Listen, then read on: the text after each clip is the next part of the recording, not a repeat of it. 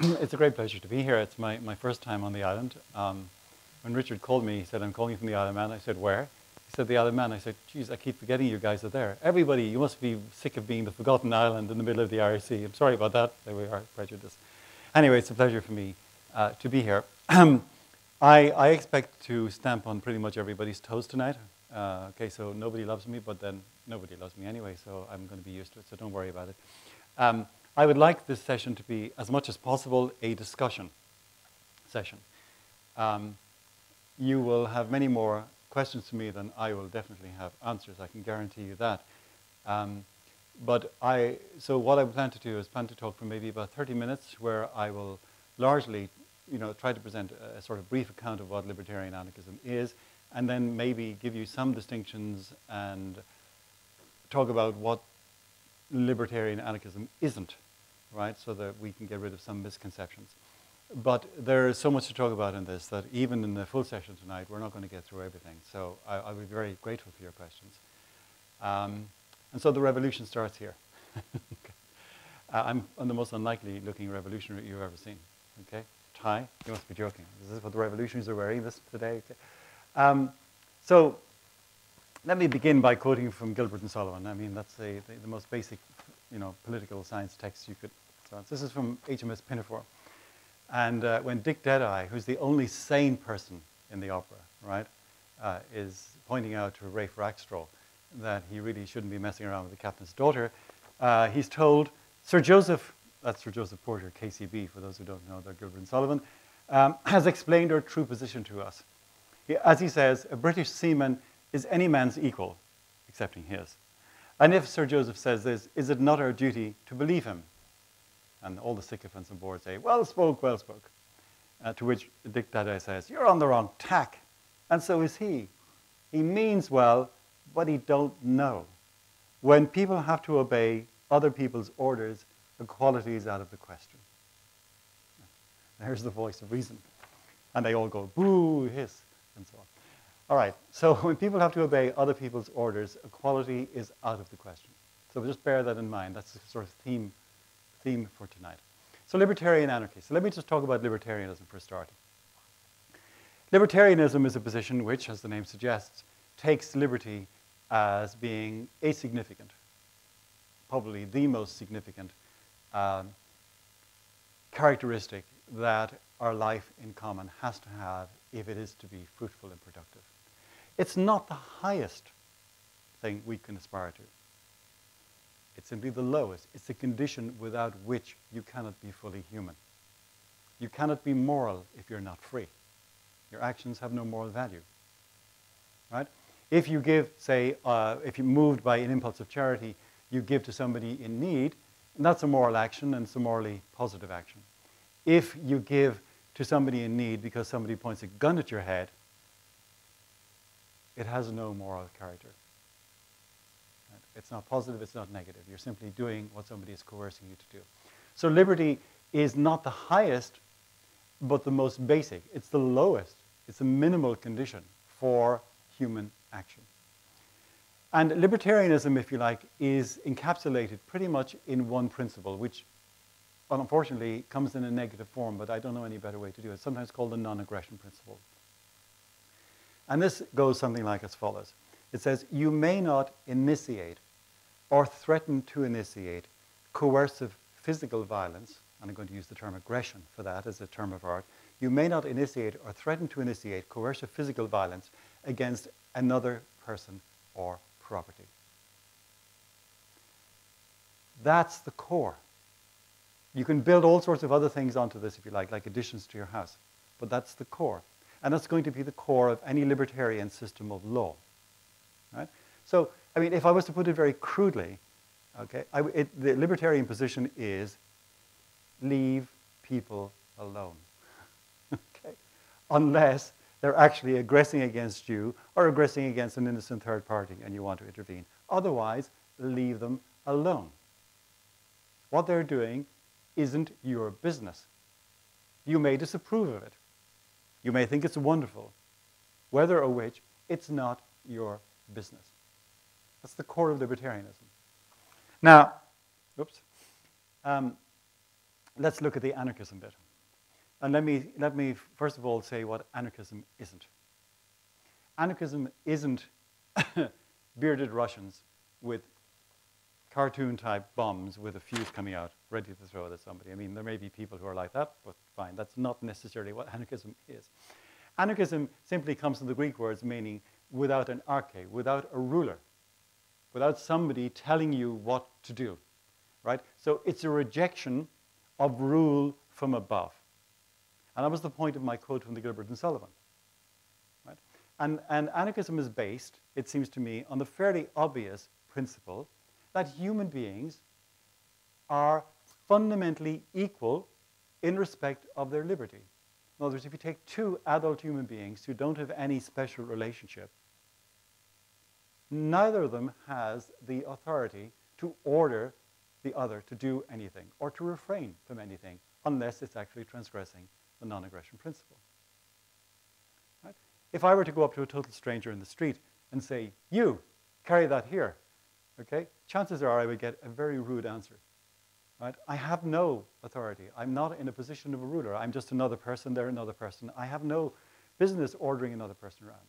Now, of course, in our normal social life, we do actually make orders, but they're generally very polite. So if you go to the cinema, for example, with somebody, which is a good way to go to the cinema, and there's sort of two seats separated by another person, you might say, would you mind moving up so that my friend and I can sit together? And most people would gladly comply with that. That's not a problem.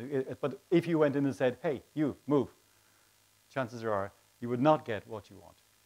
Right? So the point then about anarchy is it's a rejection of rule from above. Now, some anarchists, and there's a whole variety of anarchist schools, some anarchists, if you like, reject all authority. They reject entirely the idea that it's ever proper for anybody to be in a position where they can be ordered around. I'm not one of those. I believe, this is coming from the liberty side, that you're free, if you wish, to subordinate yourself. That's an aspect of your freedom. It's kind of positive. It's the limiting case, right? You do that. Now, this may sound really odd, but think about it. If you join a football club, right? The football club is there before you. They've got rules and regulations, right? And if you want to be part of the football club, you abide by the rules and regulations. That's a form of subordination. Nobody forces you to join the football club. And if you don't like that football club and you don't like their rules and regulations, you can work within the limits of its constitution to change them there and then. And if that doesn't work, you can start your own football club, right? So it's perfectly possible, from my point of view, to be an anarchist and indeed to voluntarily join groups in which there is a subordination. But notice the point here is you do it voluntarily. You can join it voluntarily. You can leave it voluntarily. That's very important. And that's the difference between the political situation we now find ourselves in. Because here, you have never been asked if you want to be ruled in the way that you're ruled. And it's almost impossible to take yourself out of that situation. It's not absolutely impossible, but the transaction costs are enormously high.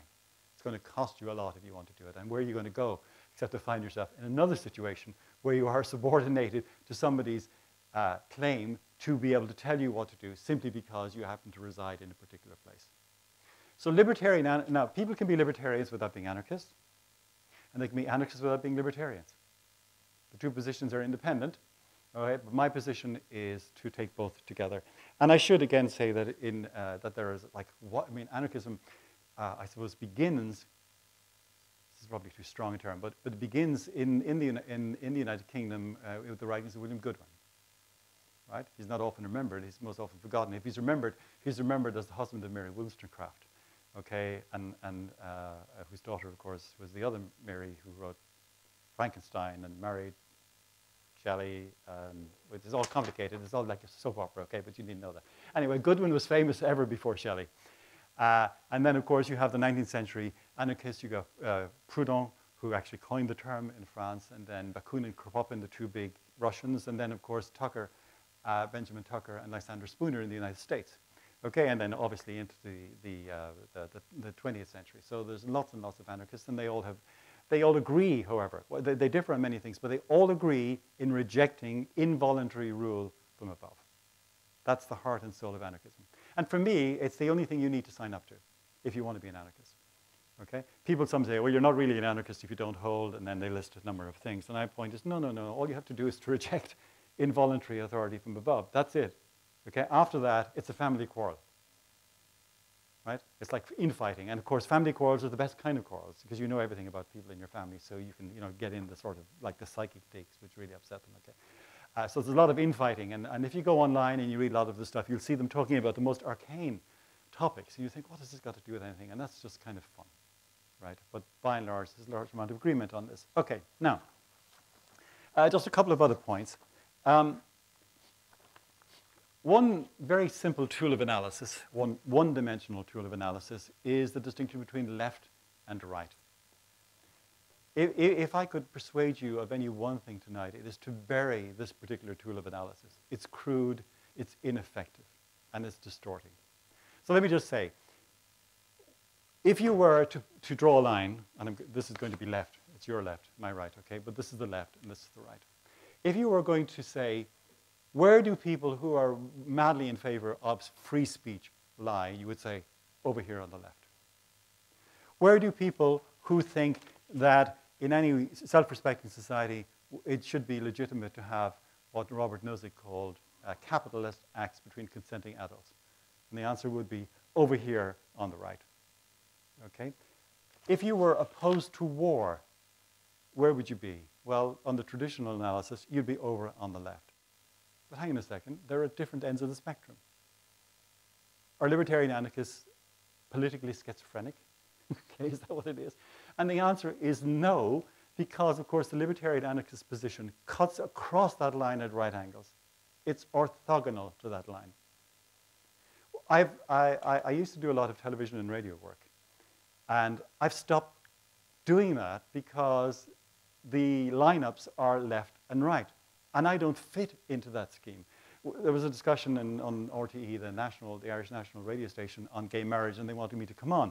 And what they're doing is, of course, they cast it like a film, right? You got people who are for it and people who are against it. And I said, look, I will come on if you want me to, but let me tell you what position I would take and why it will completely ruin your show, right?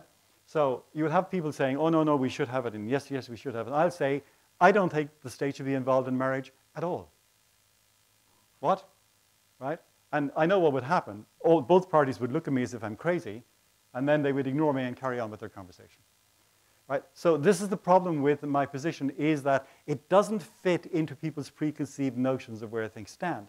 So the left-right distinction does not apply. As a libertarian anarchist, I am radically anti-war. As a libertarian anarchist, I am radically in favor of free speech, so much so that I think the defamation laws should all be repealed. All of them, right? You should be able to say anything you liked about anyone. As a libertarian anarchist, I do believe in capitalist acts between consenting adults. I do believe that property rights are essential to any functioning society. And I can believe all of those things without being incoherent. So it's important to realize, this is the first thing I want you to get out of your heads, is the left-right thing doesn't apply. Okay? So let me just get that across to you. Now, where are we? Just a couple of other quick points. Anarchists are not opposed to order. Okay? Anarchism, there's two popular, I mean, if you look up any dictionary, you'll find that there's sort of two popular meanings. The most popular meaning is anarchists think it's whatever you have in yourself, you know, let everything sort of fly free, whatever. And, well, yeah, maybe there are people like that, right? But anarchists, actually, if you read the classical anarchists, they're not opposed to order. They're opposed to order coming from above, from somebody telling you what to do. They're not opposed to order emerging from below. What kind of order is that? Well, it's the kind of order that, in fact, controls most of your life.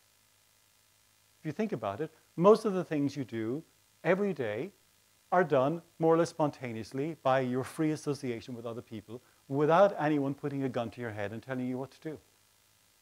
Unless you're married. Okay, so just do it. Okay. Okay. Sorry? You don't need a gun. Okay, I want that taken out. Okay, my wife might watch this. So if you walk down the street, okay, and I don't know if you've ever had the experience, and somebody's coming towards you, and they're sort of, they're thinking about what they're going to have for lunch, and they're sort of abstracted, and you kind of move to one side, and then they've cut you out of the corner of the eye, so they move that way, and then you think, oh, what the hell, and you go back, and they move back, and then eventually you do this kind of exotic dance, right, and you eventually come to a halt, and you basically laugh and move on, right? Now, I was watching some old footage taken. There were these companies that went around in the early 20th century doing films, which then people would come to see themselves on screen. And I was watching one from my native city of Cork, and it was about 1905 or so on. And it's a street I know well. And there's a tram coming around the corner. There are people on bicycles all over the street. There are pedestrians walking randomly across the street, conversing with each other, ladies in Edwardian gear. And then there is a donkey and cart up here where the donkey has suddenly gone mad and decides to take on the tram. Now, what's interesting about that is that, of course, everything is moving so slowly that you don't have to organize things in any particular way. It's just like when you're walking down the street. Now, of course, if you want to drive a little bit faster than that, then you really do have to decide which side of the road you're going to drive on. But it doesn't make any difference which side of the road you drive on, provided, okay, we all agree that it's going to be the left or the right. This is not the kind of thing you can wake up on a Saturday morning and think, geez, I'm really bored with driving on the left. I think I'll drive on the right today for more excitement.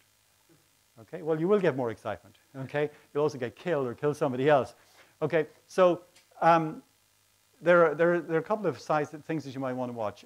If you go online and you hit Roads Fit for People, you will see a Newsnight program, Jeremy Paxman. Okay, and then there's Roads Unfit for People. I'm not sure which comes first, but there are two short films, about 8 minutes each. What's interesting about this is it has to do with traffic lights, right? We didn't always have traffic lights, and so on. So what do you do when you come to a junction and there aren't traffic lights? Well, people say, well, chaos will ensue. So they did an experiment with this.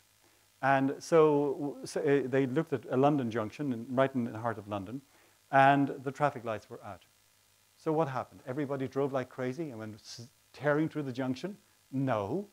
People came up to the junction, realized that the lights were out, slowed down, looked around, and when people were coming at the same time, they gave way in more or less systematic order. They organized themselves.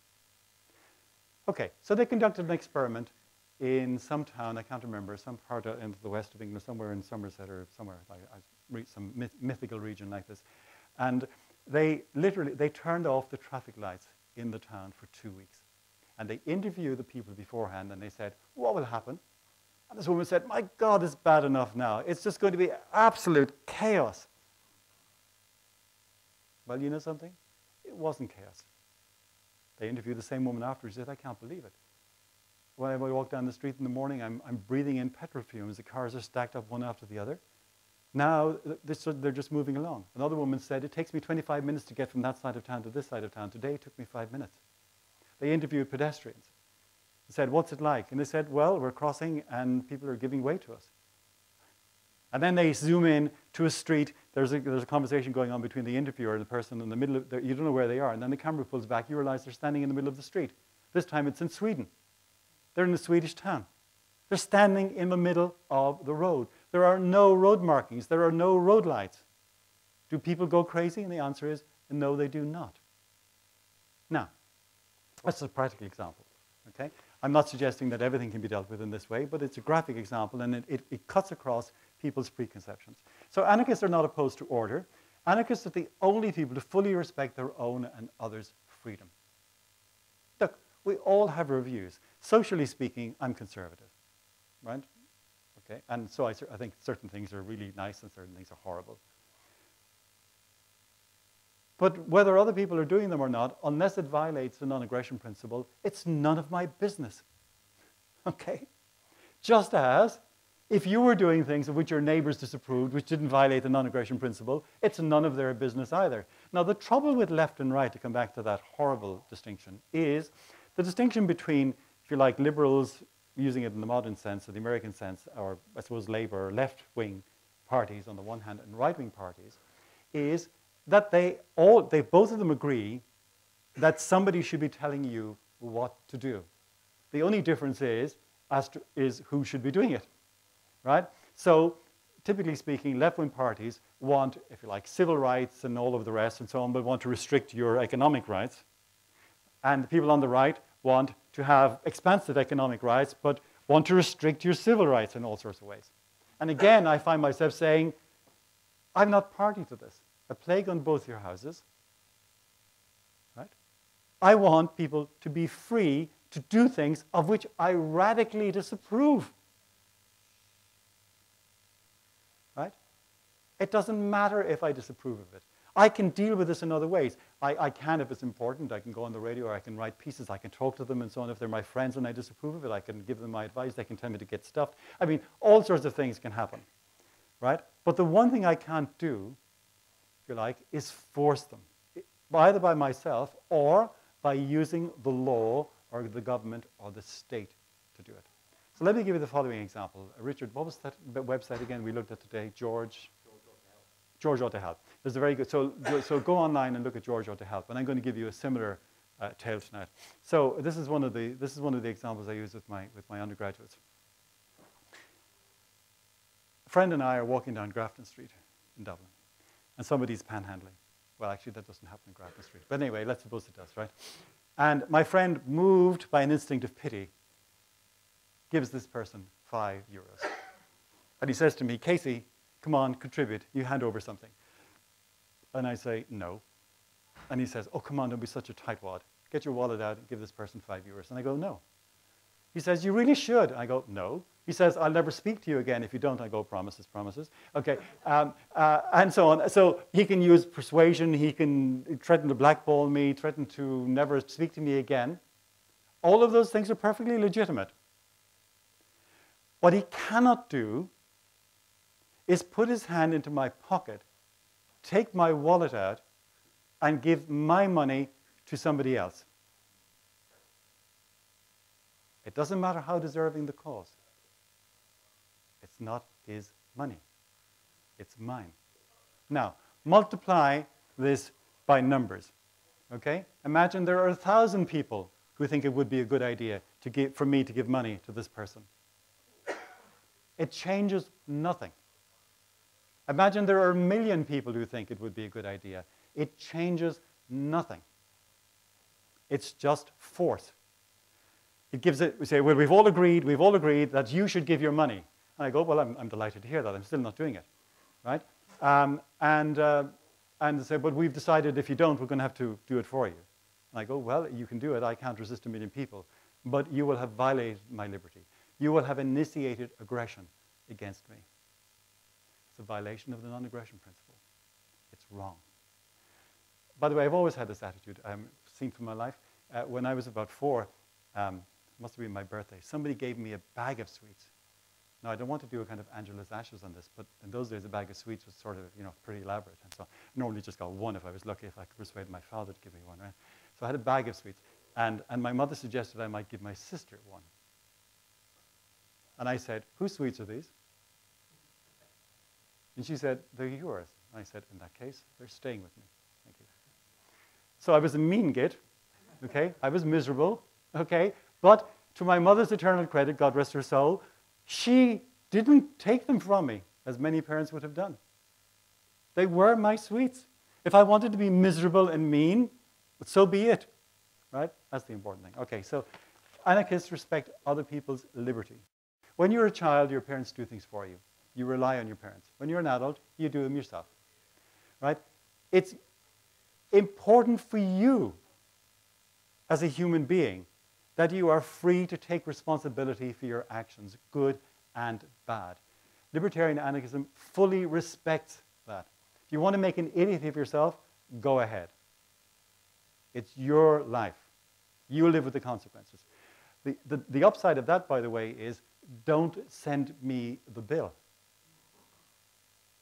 You want to make a fool of yourself? You want to gamble on the stock exchange? Go ahead. With your money, by the way, not mine. But go ahead. And if it all goes pear-shaped, don't suddenly discover that you want to socialize the costs of your adventures by taxing me. You know where I'm going in this, don't you? Right. Okay. So anarchists don't believe, libertarian anarchists don't believe in welfare. Shock horror. They don't believe in corporate welfare either, which is the really big thing. Big banks, big business, big labor, by the way, they're all pals with each other. Okay? It's not surprising that most of the multi-billionaires in Russia are all friends of the president. Nothing changes. This has been standard throughout political history. There is nothing, just to come back to a point I mentioned just briefly, there's nothing to stop particular anarchist societies voluntarily agreeing to rules over and above the non-aggression principle. So, for example, when I talk about libertarian anarchy society, I'm not talking about a unitary society. I'm talking about society which as a whole respects the non-aggression principle. But within the broad parameters of that principle, you are free to organize yourself in any way you choose. If you want to group together with other people, and you want to, as it were, pool 10% of your income to be dispersed to people who are in poverty or in need, according to some plan, you're free to do that. If you want to join with others to build a very large swimming pool, you're free to do that. Okay? If you want to live in the woods on your own, go ahead. If you want to become an anarcho-syndicalist, go ahead. Who's stopping you? Libertarian anarchism is not stopping you. It doesn't dictate, if you like, the positive outcome. It doesn't dictate that you cannot add other things, if you like, in your forms of association if you want to do it. The only thing you're committed to is not aggressing against other people. All right. In the end, I'm not coming to the end yet, so don't relax. Okay. In the end, an anarchist society could actually look pretty much like what we've got. You think, well, if that's the case, what's the big deal? The difference is that you would have the option to opt in or to opt out. So let me give you an example, a historical example of how this works. In medieval Europe, in the so-called feudal system, by and large, if you wanted protection from marauders, you basically had to sign up to the local big gangster, right? So he was the guy in the castle up there. So if you didn't want everybody and anybody riding in stealing your pigs and your chickens, you basically signed up to the local lord, right? Fair enough. Okay, so in other words, so instead of having 6 people robbing you, you just had 1. All right, you figure that was a plus. Right.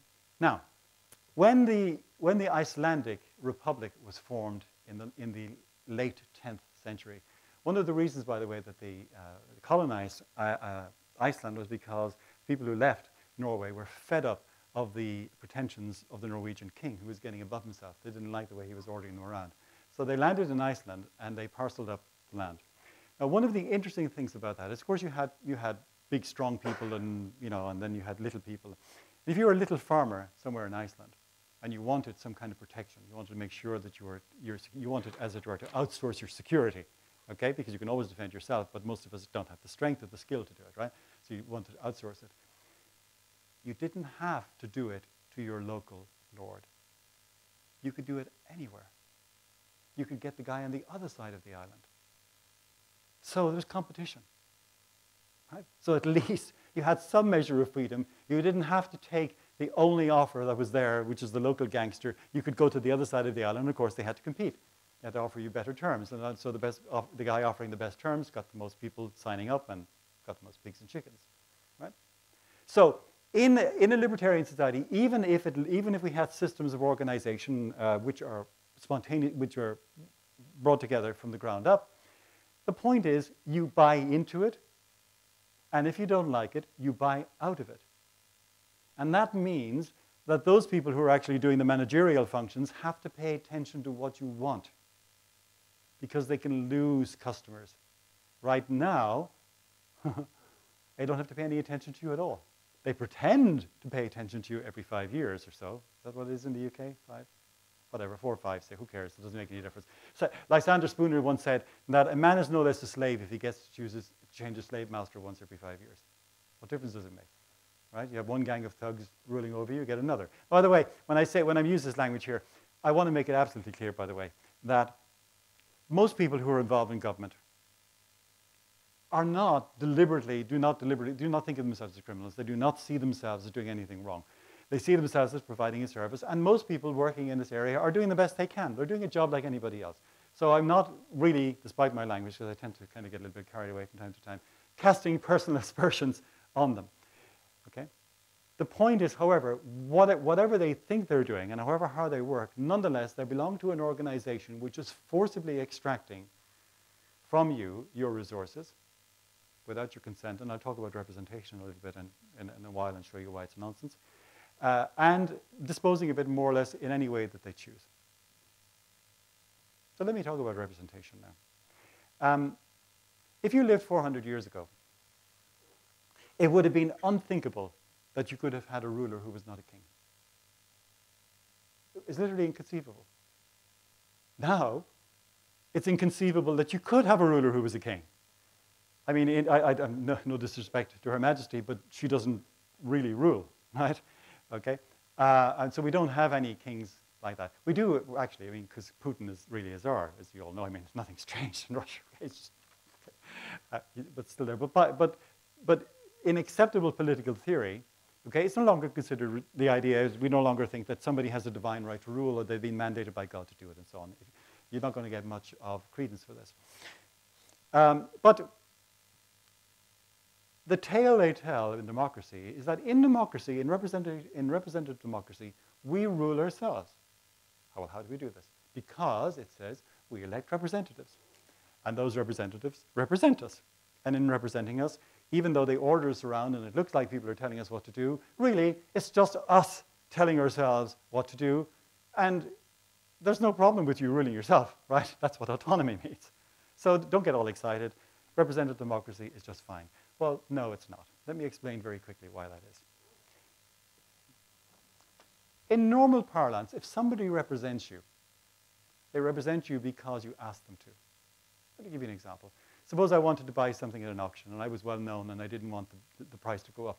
I could send somebody in, I could send Richard in and say, Richard, will you bid for me? Go to a maximum of 50,000. Okay? So Rich is my representative. I've mandated him to do what I've asked him to do, and I've put limits on what he can do. He represents me. If you're in court, up in a charge, you have a lawyer, your lawyer represents you. You hire the lawyer is only representing you as long as you want him to. If you were in court representing yourself, and a lawyer popped up and said, my lord, I represent, you would say, who are you? Where did you come from, right? Nobody can represent you unless you ask them to, and they can only do it for as long and in the capacity that you want them to represent you.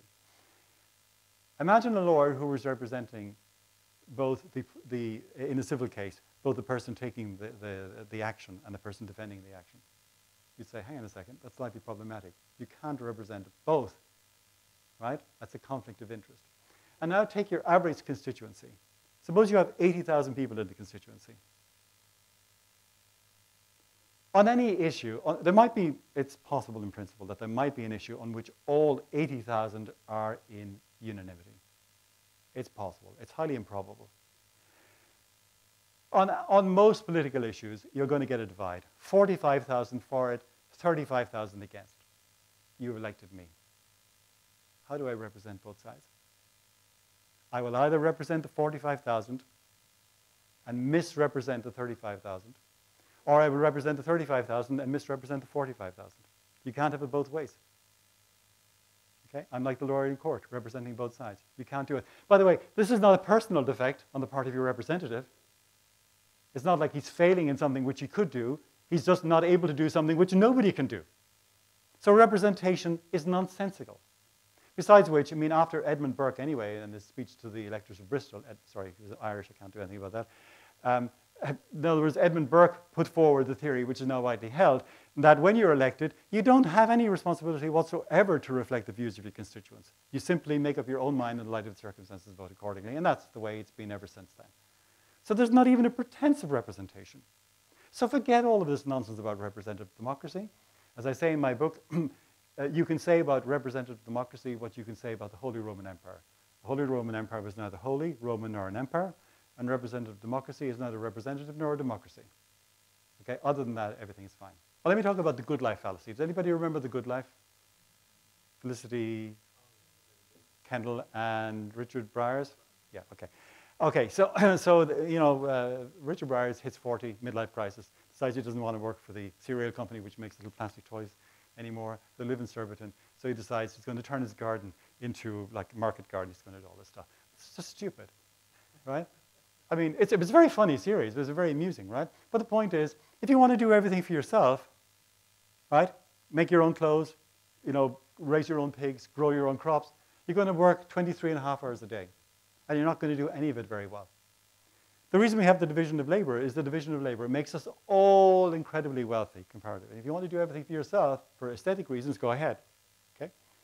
But if you want to be reasonably wealthy, right, as we all are in Western society, then the principle of comparative advantage comes in. In other words, you do the thing you're best at doing, you earn your money from that, and then you trade for other people who will do things, whatever it is, wash your car, drive you, or fix your television. Okay? I had my roof done just recently. I didn't get up on my roof myself, because if I do, I would be paralyzed with fear. I would also do an incompetent job. Okay? So I teach philosophy, and my roofer roofs. Okay? I get paid, he gets paid, I pay him, he's happy, I'm happy. We're all happy. Everybody wins. Right? So the good life fallacy is the idea that somehow in anarchism, we're all condemned, as it were, to do everything for ourselves. And the answer is, if you want to do that, go ahead. Who's stopping you? If that's your preferred lifestyle, then go for it. If you want to live in the woods, fine. If you want to live in a commune, do that. That's great. But there's nothing to stop you living in sort of, let's call it, normal society and doing your job and paying other people to do things for you, right? And there's nothing, as I said, to stop you forming associations and groups. And because one of the principles, again, one of the principles of liberty here is free association. You're free to associate with whomever you wish. You're also free, by the way, not to associate with whomever you wish. And you can do that for good reasons, and you can do it for truly despicable reasons. I might not want to associate with people because they're drunkards, okay? I might not want to associate with people because I don't like their skin color. The first might be morally praiseworthy, the second is probably morally blameworthy. But nonetheless, in a libertarian anarchist society, you would be free to do this. However, bearing in mind the Spanish proverb which says, take what you like and pay for it. Point is, you have to bear the costs. One of the costs would be that in most well-regulated societies, people would shun you. You would be ostracized. You would have to live with the other 3 cranks, okay, who thought like you did. Okay? If you were running a business or an establishment, people would be free to boycott you, take their business from you. They would not be free to threaten you, personally or through legal means. That's a violation of the non-aggression principle. But they can take their business elsewhere. Let me give you a practical example of this. When I lived in America, I lived in Mount Rainier in Washington, just outside Washington in Maryland. And it was largely apartment complexes in the area in which I lived. And there was a little local store, 7-Eleven or whatever they called it. I can't quite remember what it was called. Which convenience store, which is very handy for most people because you could walk to it without having to get into the car. But this store sold what were euphemistically called men's magazines, right? Now, the storekeeper is perfectly free to do this if he wishes, right? However, the inhabitants of the apartment complexes, right, got together and went to him in a delegation and said, our children come in and out of this thing. We do not approve of your selling these things. If you continue to sell them in the way that you're selling them, we will boycott your store. He said, get lost. They boycotted the store. They didn't interfere with anyone. They didn't physically intimidate anybody. They didn't prevent anybody from going in and out. They just stood outside and demonstrated their disapproval loudly and clearly. It didn't last 2 days. He gave in. Right? That's perfectly acceptable in a libertarian anarchist society. And libertarian anarchism realizes, of course, that most of the pressures we have and most of the influences we have that shape our life are non-legal. They are the approval of the people we value or the disapproval of people. We don't want people we like to disapprove of us. We want people we like to approve of us. How often it's not the highest reason, by the way, for doing something. But how often have you been prevented from doing something in public? Not because you didn't really want to do it, but because of the possibility, just the mere possibility that somebody you respect would find out about it and you would be lessened in their eyes. Now, as I said, not the highest reason for doing something or refraining from doing something, but remarkably effective. Okay? So there are just a few of the things I'm talking about. I've explained what libertarianism and what anarchism is and what they're not. I've tried to assassinate the left-right distinction and point out that it's not really relevant. The question here is one of what produces liberty. I pointed out the remarkable freedom there is within libertarian anarchist society for people to seek the best way of flourishing that they know how, either individually or in community as they choose. Right? I've pointed out that in libertarian anarchy, the respect for your liberty is such that it forces you to be an adult, to take responsibility for your life, to take the gains that you make, both psychic and material, and also to take the losses without expecting somebody else, like your mummy or your daddy, okay, to pick up the cost or to wipe your nose. It's a serious adult life. Okay, you can lay off the risk if you want through insurance, but by and large, if you're prepared to take the risk, you must be prepared to take the loss.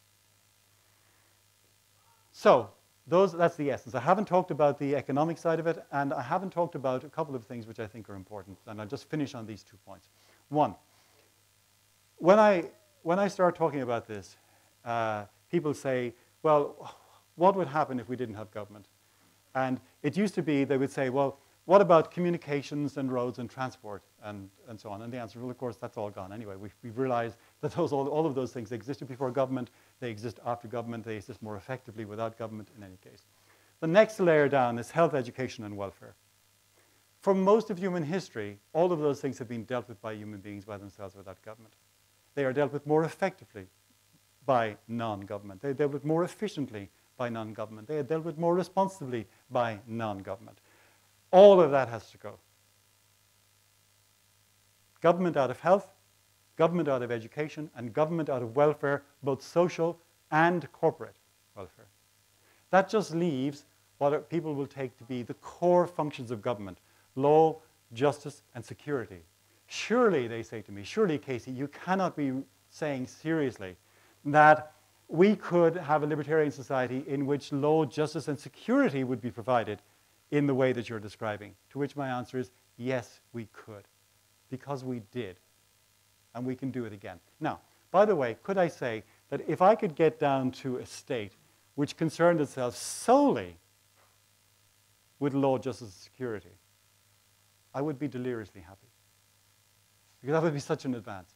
Mind you, I don't think it's consistent, and by the way, nobody has ever been able to keep the state there. The American Constitution was founded to set up a government which basically did that and nothing else. 200 years later, ask yourself what you've got. Ask yourself just how effective the Constitution has been in limiting the government to that function. So you've got to go all the way. The next point I want to raise, because it's sure to come up in questions, I just want to deal with it briefly, is what about the poor? I'm going to be going up to Queen's University, Belfast, sometime in the near future, I hope, and to give a talk. And my talk is called Let the Poor Starve.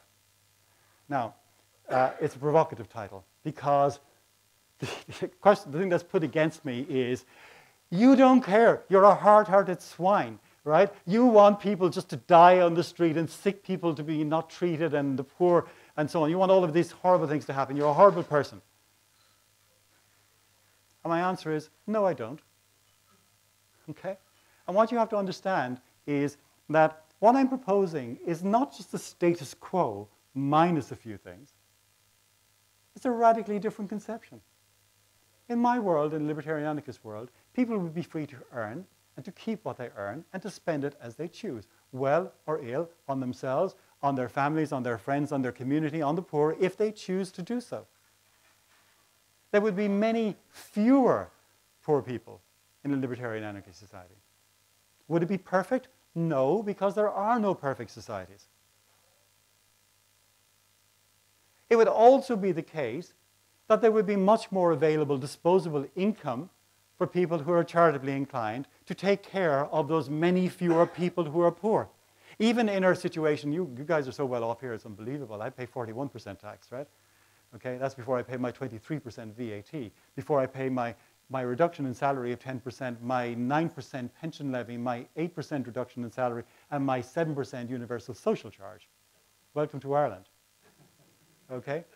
So take a deep breath and say, thank God I live in the Isle of Man, right? Okay. Sorry, I just got a little bit distracted there. Got carried away. All right, sorry about Okay, that kind of hurts. You can tell where it hurts.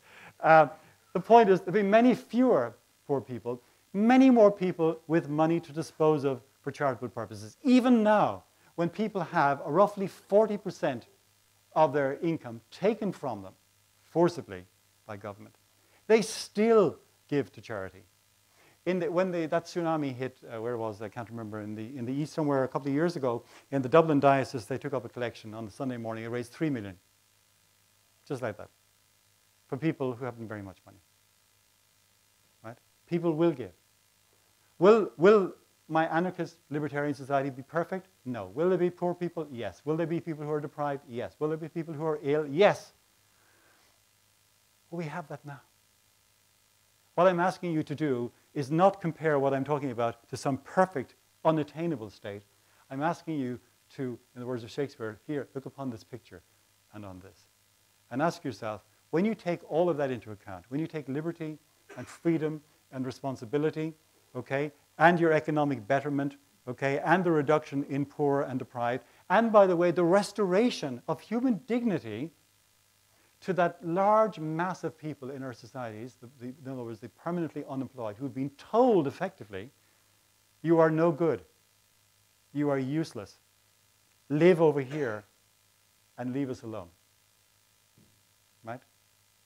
Those people will be told again, you are human, you have talents, you have skills, you can make a living, you can do for yourself, and in doing for yourself, not just relieve the burden of somebody else providing, that's important, but it's not the most important.